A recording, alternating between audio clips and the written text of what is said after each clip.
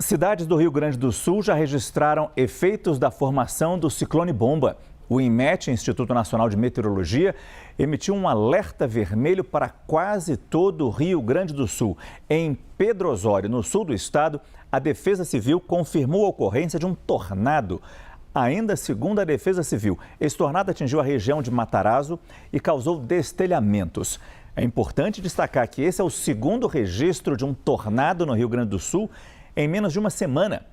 Na cidade de Fazenda Vila Nova, na região do Vale do Taquari, houve chuva de granizo.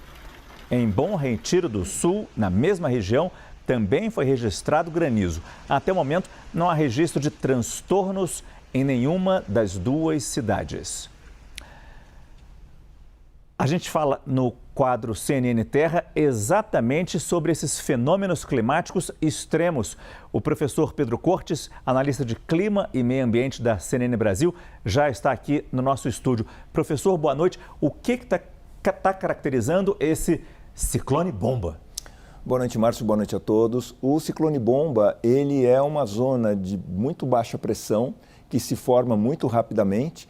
E uma zona de baixa pressão, na prática, ela funciona como se fosse um grande aspirador, né? Porque ela drena ventos das regiões no entorno e, com isso, trazem nuvens de tempestade e geram todo esse efeito que nós estamos verificando. Nós temos uma arte que ajuda a gente a entender melhor, que são imagens de simulação do Instituto Nacional de Meteorologia, mostrando aqui na primeira imagem à esquerda, essa zona aqui em rosa, lilás, é a formação desse ciclone entre Uruguai, Argentina e sul do Brasil. Isso na quinta-feira, né, hoje.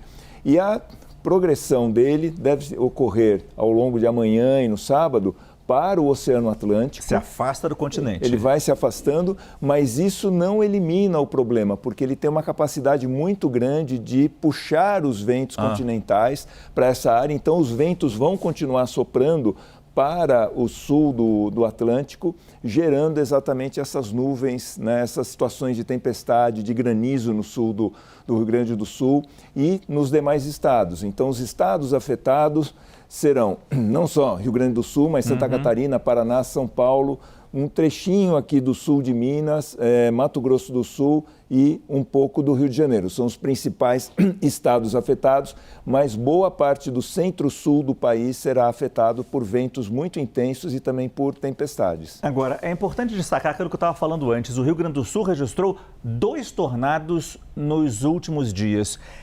Esse cenário de ter tornado com essa periodicidade, com essa frequência, isso vai passar a ser normal, professor? Infelizmente sim, Márcio, porque o que era uma ocorrência muito esporádica e quando ocorria, não ocorria com a intensidade que vem acontecendo, passou a se tornar, ou está passando a se tornar cada vez mais frequente, cada vez dentro, não é um lugar comum, mas é um novo normal para a situação climática, especialmente do sul do país.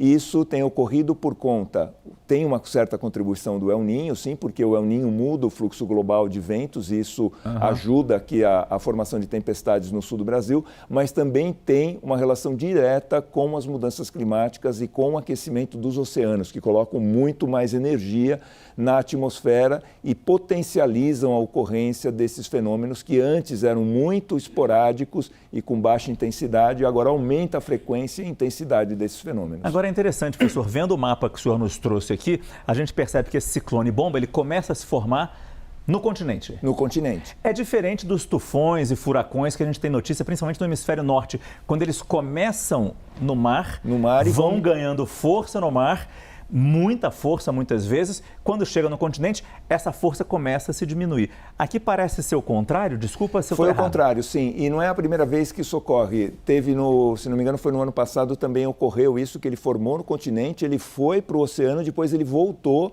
para o continente. Então, não é uma situação normal, Tá? Muitas vezes ele se forma no oceano, mas o que nós temos hoje é isso. E essa zona, né, que os meteorologistas chamam de cavado, é uma zona de baixíssima pressão, se forma muito intensamente, assim, muito rapidamente, e isso potencializa a ocorrência dessas chuvas de granizo e tornados na região sul do país. Esse é o professor Pedro Cortes, nosso analista de clima e meio ambiente, sempre com a gente no quadro CNN Terra. E a gente vai continuar falando sobre essa situação. Muito obrigado, professor. O alerta do INMET também se estende além da região sul do Brasil para o sudeste. Em São Paulo, já nas próximas horas, são esperados ventos mais fortes e amanhã as rajadas podem começar a chegar próximas de 100 km por hora. Por causa disso, a Defesa Civil do Estado de São Paulo voltou a instalar o gabinete de crise para monitorar a situação no estado. Quem está lá no gabinete de crise e tem as informações ao vivo para a gente é a Letícia Talhalenha. Letícia, boa noite.